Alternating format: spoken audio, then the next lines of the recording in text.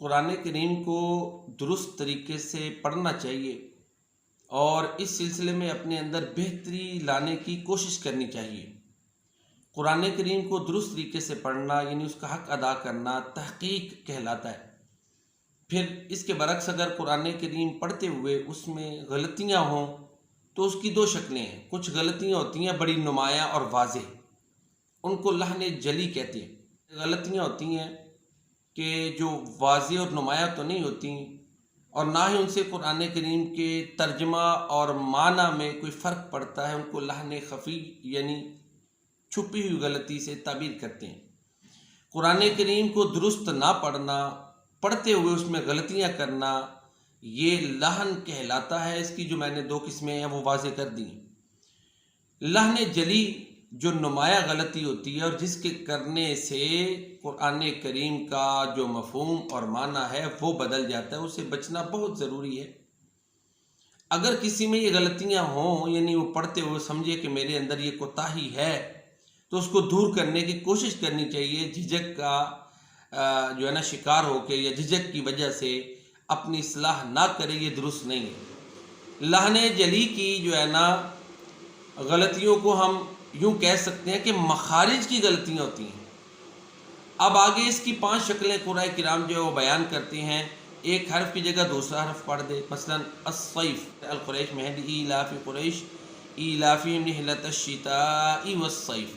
اب والصیف کو والصیف پڑھ دے یا والصیف پڑھ دے، صاد کو سین پڑھ دے یا ثا پڑھ دے تو یہ لحن جلی ہے۔ اس نے مخرج ہی بدل دیا، حرف ہی بدل دیا، تو یہ مخرج کی ادائیگی میں جو کوتاہی ہے یا حرف کی ادائیگی میں جو کوتاہی ہے وہ معنی کو بدل دیتی ہے۔ اس کی دوسری مثال ہم علیم اور علیم، عین کے ساتھ ہوگا تو علیم بغیر جھٹکے کے، اور مخرج جو ہے نا وسط حلق ہے، علیم جھٹکا آئے گا اور حلق کا جو ہے نا اوپر والا کنارہ حصہ اس کا مخرج ہے۔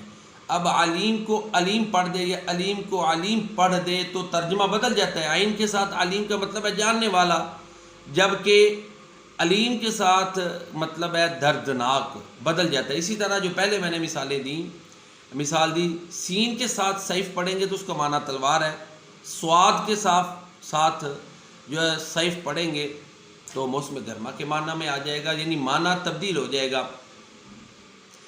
اس کی دوسری شکل یہ ہے کہ کسی حرف کو اس کی اصل سے گھٹا کر پڑھنا۔ یہ عام طور پر حروف مدہ میں ہوتا ہے کہ حروف مدہ کی ادائیگی ہی نہیں کی جاتی۔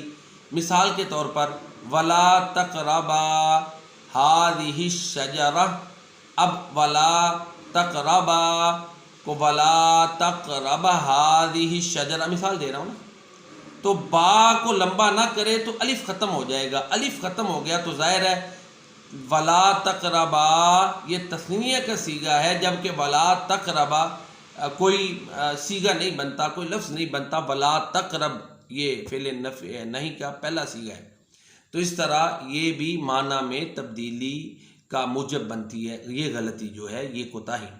اس کی جو ہے نا دوسری مثال ضعیفی کو ضعیفی کہہ دے تو یا تو ختم ہو گیا نا، عرفو کو عرفو کہہ دے تو یعنی حروف کو ہی ساکت کر دے، حروف کو ہی گھٹا کر ساکت کر دے، گرا دے، تو اس سے بھی ترجمہ میں میننگ میں چینج واقع ہو جاتا ہے، تبدیلی واقع ہو جاتی ہے، جو کہ درست نہیں ہے۔ تیسری شکل یہ ہے کہ کسی حرف کو اس کی اصل سے بڑھا دے، حرف ہے نہیں، بڑھا دیا، حرف پیدا ہو گیا، حرف مدہ پیدا ہو گیا۔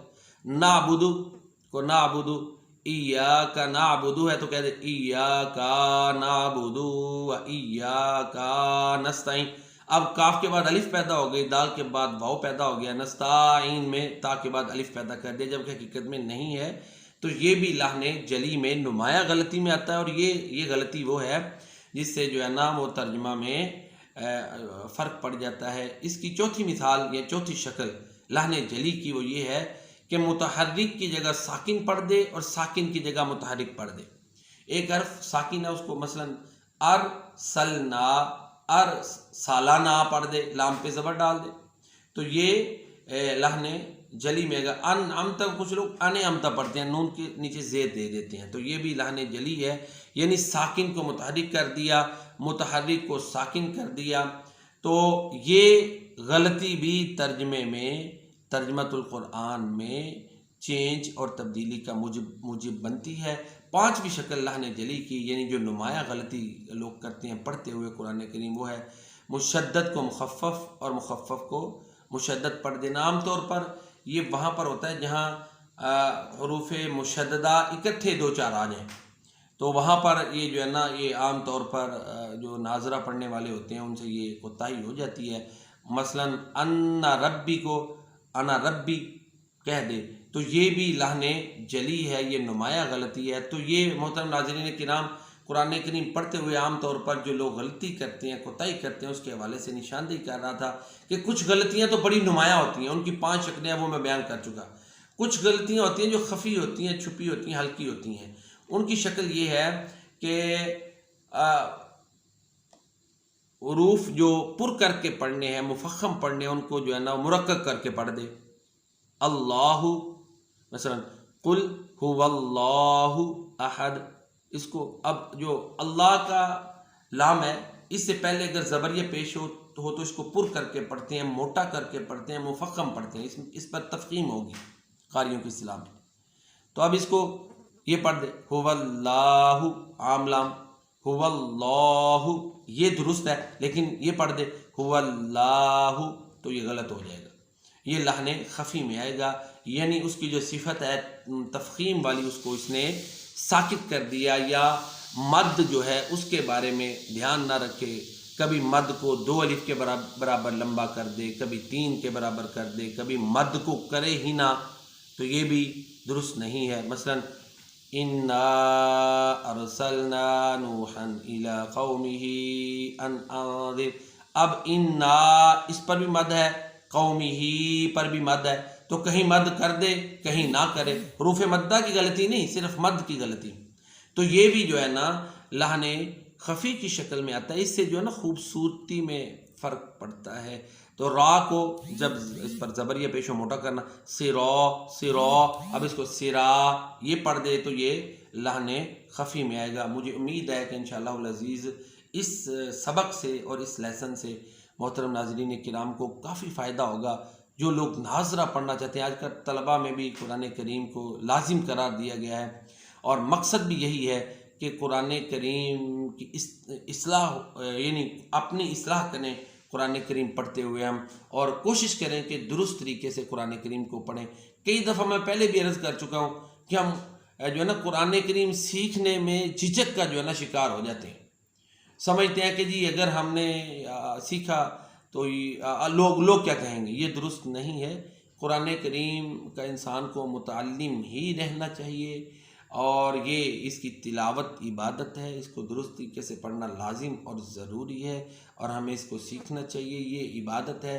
بلکہ اللہ کے نبی صلی اللہ علیہ وسلم کا تو فرمان ہے، خیرکم من تعلم القرآن وعلمہ، تم میں سے بہترین وہ شخص ہے جس نے خود قرآن سیکھا اور دوسروں کو سکھایا۔ لہذا قرآن کریم سیکھنے سکھانے میں ہمیں کسی قسم کی ہیزیٹیشن اور جھجک کا شکار نہیں ہونا چاہیے۔ تو میں پھر دوبارہ عرض کرتا ہوں کہ انشاءاللہ امید ہے کہ یہ جو میں نے چند اغلاط پڑھتے وقت جو لوگ کرتے ہیں ان کی نشاندہی کی ہے کہ کچھ نمایاں غلطیاں ہیں، کچھ خفیہ ہیں، نمایاں میں آگے بعض دفعہ کسی حرف کو لمبا کر کے حروف مدہ پیدا کر دیتے ہیں لوگ، چھوٹا کر کے حروف مدہ کو ساکن کر دیتے ہیں، ساکن کی جگہ متحرک، متحرک کی جگہ ساکن پڑھتے ہیں، مخفف کی جگہ، یعنی جہاں تخفیف شد نہیں ہے، مشددہ جہاں شد سختی ہو، جہاں شد نہیں اس کو مخفف کہتے ہیں۔ تخفیف اور تشدید یہ دونوں میں فرق ہے، تو مخفف کو مشدد، مشدد کو مخفف پڑھنا یہ بھی غلطی، حرف ہی بدل دینا تو یہ بھی جو ہے نا درست نہیں ہے۔ تو یہ چند وہ غلطیاں ہیں جو پڑھنے والے جو ہے نا پڑھتے ہیں۔ بعض دفعہ تو الفاظ کو دیکھنے میں آتا ہے کہ اگر وہ کسی مجود قاری سے نہیں پڑھے ہوئے تو وہ بھی عام طور پر غلطیاں کرتے ہیں۔ ناظرہ والوں میں تو ہوتی ہیں کہ ان کی بنیاد نہیں ہے، جس طرح ہمارے ہاں دیہات میں رہنے والوں سے پڑھ لیا، یا جو بھی محلے میں پڑھاتا ہے اس سے پڑھ لیا تو اس کے مطابق وہ رہ جاتی ہے، کمی رہ جاتی ہے جس کی جو کہ بہتری میں جس کو بدلنا ضروری ہے۔ تو بعض دفعہ حفاظ کو دیکھا گیا ہے کہ وہ بھی حروف مدہ کی غلطی کرتے ہیں۔ مخارج جو حروف ہیں نا بنیادی، ان کے مخارج درست ہونے چاہیے ایک حافظ کے، اگر نہیں درست کسی ایسے حافظ سے پڑھا ہے یا کسی مولوی صاحب سے حفظ کر لیا ہے، تو بعد میں انسان محنت کرے تو پھر ایسے ہوتا ہے۔ تو بہرحال میں اپنی مثال اس ضمن میں رکھتا ہوں کہ میں نے جن سے حفظ کیا وہ تجوید کو نہیں جانتے تھے، لیکن بعد میں اس کے حوالے سے الحمدللہ ایک لگن تھی، سیکھا، اور کئی اساتذہ کرام جو ہیں ان سے سیکھا۔ قاری ابو بکر عثمانی فاضل صبا شرح تھے، ان سے سیکھا۔ گجرانوالہ میں قاری ادریس العاصم جن کی کتاب تحویر التجوید ان کے وہ شاگرد تھے، قاری عبدالقیوم صاحب ہیں سیالکوٹ میں ہمارے، ان سے میں نے قرآن کریم کی اصلاح کی۔ اسی طرح ایک میرے کلاس فیلو تھے قاری اشفاق درس انظامی میں، ان کی قرات بڑی اچھی تھی، تلفظ بڑا اچھا تھا، ان سے بھی میں چیزیں سیکھتا تھا۔ تو اس طرح ایک لرننگ پروسیس رہا، اس سے بہتری آئی۔ پرفیکشن تو نہیں ہوتی، ابھی بھی بڑی چیزیں بہتر کرنے کی ضرورت ہے، کیونکہ پریکٹیکل یا مشق کی بجائے ہماری لائن تعلیم و تدریس کی ہے، دوسری تعلیم و تدریس کی ہے، یعنی دوسری تعلیمات دینا، تجوید نہ پڑھانا، حفظ نہ کروانا، تو ظاہر ہے اس سے بھی تھوڑا اس طرح مہارت نہیں آتی کہ ایک شخص سارا دن مشق کرتا ہے۔ ایک قاری صاحب ہیں، خود بھی مشق کرتے ہیں اور آگے بھی پڑھاتے ہیں، مشق کے مطابق پڑھاتے ہیں، تجوید کے قواعد کے مطابق پڑھاتے ہیں، تو ان کا قرآن تو ظاہر ہے وہ ان کے تلفظ میں تو پرفیکشن کہی جا سکتی ہے۔ تو ہم جیسے جو طلبہ ہوتے ہیں تو ان میں بھی بہتری کی گنجائش ہوتی ہے۔ بہرحال کوشش کی اپنی حد تلک کہ جو ہے نا تلفظ کی درست ادائیگی اس کو بھی مینٹین رکھا جائے۔ اللہ تعالیٰ کی بارگاہ میں دعا ہے کہ اللہ تعالیٰ ہمیں جو ہے نا وہ درست قرآن کریم پڑھنے کی توفیق عطا فرمائے۔ تو عرض یہی کہہ رہا تھا نا کہ انسان کو جھجک کا شکار نہیں ہونا چاہیے، جی میں اب اس سٹیج پہ ہوں تو لوگ کیا کہیں گے یا فلاں کیا کہے گا، یہ کوئی بات نہیں ہے۔ قرآن کریم کے معاملے میں ہمیں ہر قسم کی ہیزیٹیشن کو جو ہے نا وہ خیر بات کہہ دینا چاہیے، ٹھیک ہے۔ اللہ تعالیٰ میرا اور آپ کا حافظ و ناصر ہو۔ اللہ حافظ، السلام علیکم ورحمۃ اللہ۔ دعاؤں میں یاد رکھیں، اگر ان دروس سے آپ استفادہ کرتے ہیں تو اللہ دنیا اور آخرت میں مجھے ان کی جزا عطا فرمائے، آمین یا رب العالمین۔ السلام علیکم ورحمۃ اللہ۔